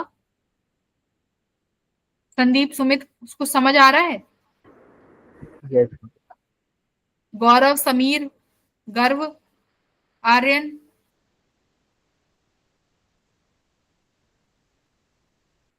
बोलो क्या समझ में आया। चलो यस मैम। ठीक है, इतना ही पढ़ते हैं, अब रिवाइज करते हैं, ठीक है। चलो क्या बताओगे, कौन बताएगा, इंटरफेरेंस क्या होता है बताओ, आपस में डिस्कस करते हैं, लास्ट 10 मिनट।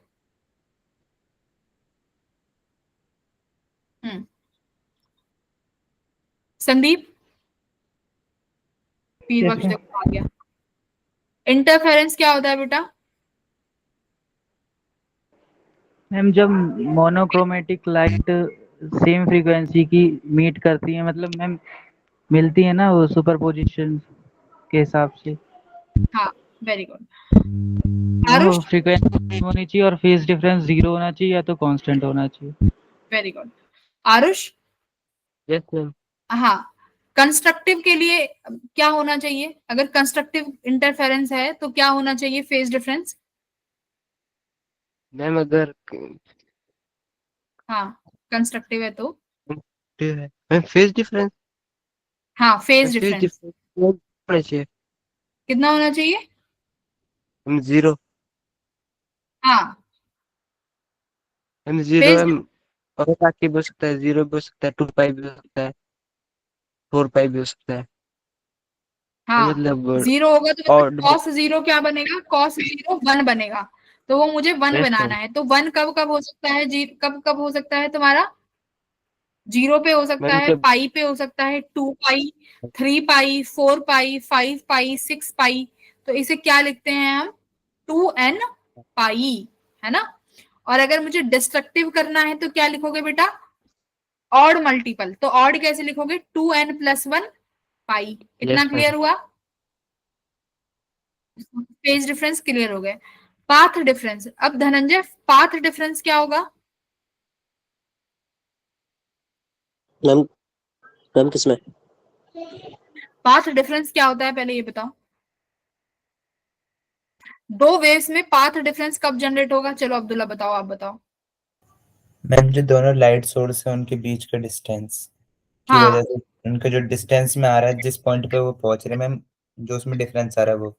हाँ, अगर दोनों वेव्स में इनिशियली फेज डिफरेंस नहीं है बट उनके पाथ की वजह से डिफरेंस आ जाए, वो क्या कहलाया जाएगा, पाथ डिफरेंस। तो क्या पाथ डिफरेंस से फेज डिफरेंस आ सकता है, यस मैम। हाँ। तो अगर दोनों सोर्स इनिशियली 0 फेज पे हैं तो पाथ डिफरेंस की वजह से फेज डिफरेंस जनरेट हो जाएगा। बात समझ में आई। अगर लैम्डा का पाथ डिफरेंस आ रहा है तो कितने का फेज जनरेट करेगा, 2 पाई का, है ना। ये इससे तुम इंटरचेंज कर सकते हो, तो ये वाली लाइन याद रखो कि अगर लैम्डा का पाथ डिफरेंस है तो फेज कितने का जनरेट हो जाएगा, 2 पाई। बात याद है, अगर यस मैम। लैम्डा है तो 2 पाई का फेज आएगा। इतना याद रख लो, उसके बाद तो तुम चेंज कर सकते हो कि किस में क्या निकालना है ना। फाई को लैम्डा में, लैम्डा को फाई में इंटरचेंज कर सकते हो। इतने तो तुम समझदार हो। ओके इसके बाद कंस्ट्रक्टिव इंटरफेरेंस में पाथ डिफरेंस कितना होना चाहिए? N lambda.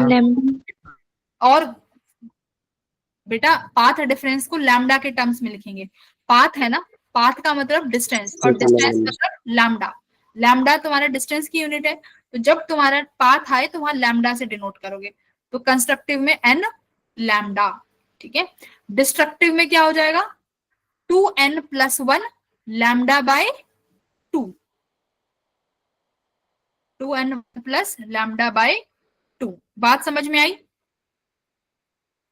अब एक क्वेश्चन कर दो, एक क्वेश्चन, उससे तुम्हें बहुत अच्छे से और क्लियर हो जाएगा आज की क्लास में जो तुमने पढ़ा है। बहुत अच्छे से पढ़ेंगे, बहुत आराम से, बहुत इजी चैप्टर है, बट ऐसे पढ़ेंगे कि तुम्हें दोबारा पढ़ने की जरूरत ना पड़े। मॉडर्न फिजिक्स और वेव ऑप्टिक्स, क्योंकि अब सिलेबस में बैकलॉग नहीं बनाना है, ठीक है। तो साथ के साथ कवर करते जाओ।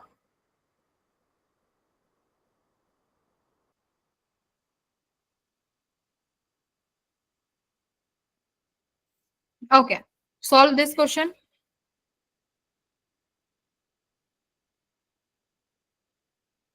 बस ये कर दो, अब अपने मजे करो फिर।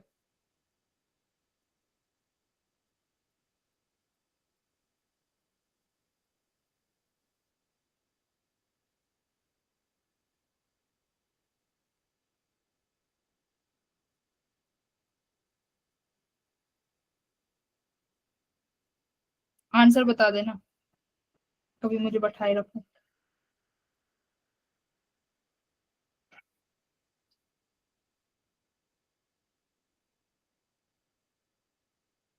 हिमाचल वाले तो मजे मार रहे हैं पूरा,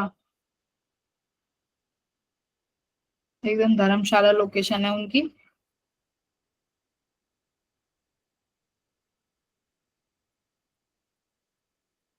स्टेटस देख रही हूँ मैं बच्चों के, देख लो तुम। हाँ जी, क्या आंसर आया है? अरे बेटा तुम्हारे सामने तो आंसर कर दिया। दोनों का अलग अलग आएगा, अब करो।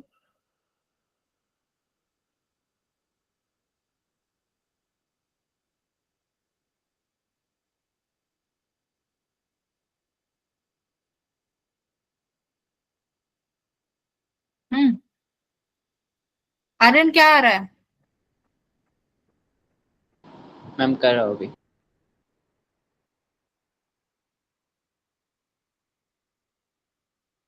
देखो क्या कह रहा है, maximum intensity in YDSC is I not. मतलब मैक्सिमम इंटेंसिटी आई नॉट हो सकती है। तुम्हारे पास आई का क्या फॉर्मूला है? I not cos square pi by 2, ये फॉर्मूला है। यानी I not is maximum intensity अगर दो लाइट रेज के बीच में इंटरफेरेंस करते वक्त फेज डिफरेंस आ रहा है π/3 का। तो आई नॉट लिखो, कितना हुआ? Cos square π/6।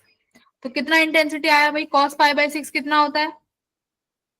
30 degree, √3/2। Yes ma'am. I not √3/2 का स्क्वायर कितना आ जाएगा? 3I0/4। तो यानी इतनी इंटेंसिटी से रीच करेंगी, वो मैक्सिमम इंटेंसिटी वहां पर जनरेट नहीं कर पाई, 3/4 ऑफ I0 जनरेट कर पाएंगी। बात समझ में आ गई? आ जाओ, अगला कह रहा है कि अगर पाथ डिफरेंस λ/4 है तो बताओ तब कितना इंटेंसिटी बनाएंगी? तब कितना इंटेंसिटी बनाएंगी? तो हमारे पास इंटेंसिटी का फॉर्मूला फाई की टर्म्स में है, तो इसका मतलब λ/4 से पहले क्या निकालो? फाई निकालो। चलो, अगर मेरे पास पाथ डिफरेंस λ/4 है तो कितना फाई जनरेट करेंगी ये बताओ पहले तो। π/2 मैम π/2। पक्का? Yes ma'am. अभी सिखाया था ना यस मैम। कि क्या सिखाया था कि अगर 2 पाई है तो उससे कितना आता है? लैम्डा। लैम्डा। तो 1 यूनिट से कितना आ जाएगा? 2 पाई बाय लैम्डा। और मुझे कितने का चाहिए? λ/4 का। तो बस कर दो, कितना आ गया फिर यहाँ से बेटा? λ/2 आ गया। तो यानी ये वाली जो तुम्हारी डिस्टेंस है ये कितने का पाथ डिफरेंस बना रही है? π/2।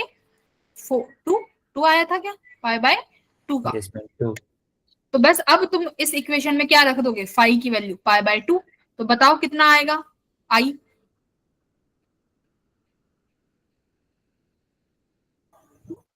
Ma'am I/√2 I not ma'am by एक रूट बार टू। वो दिखाना नीचे करा आपने।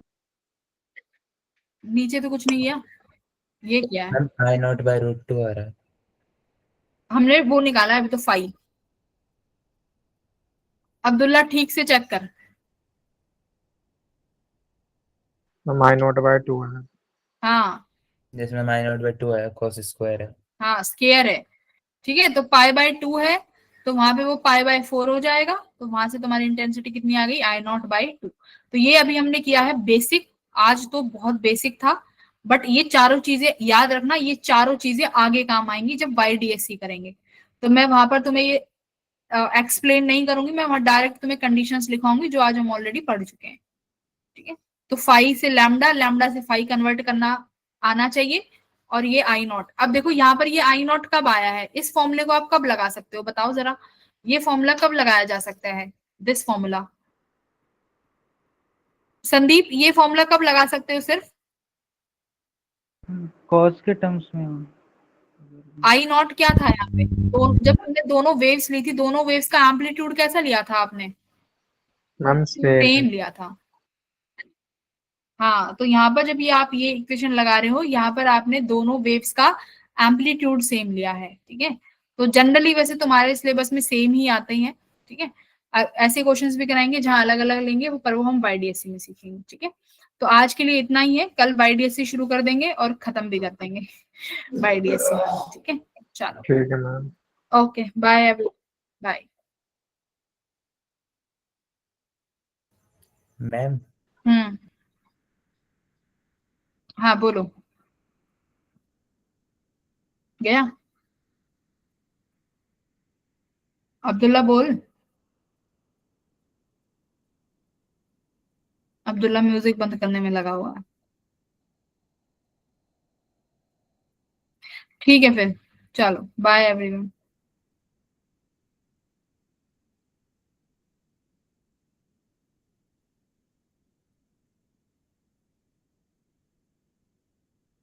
हाइड्रेट कैसे रहते हो, पानी पी के,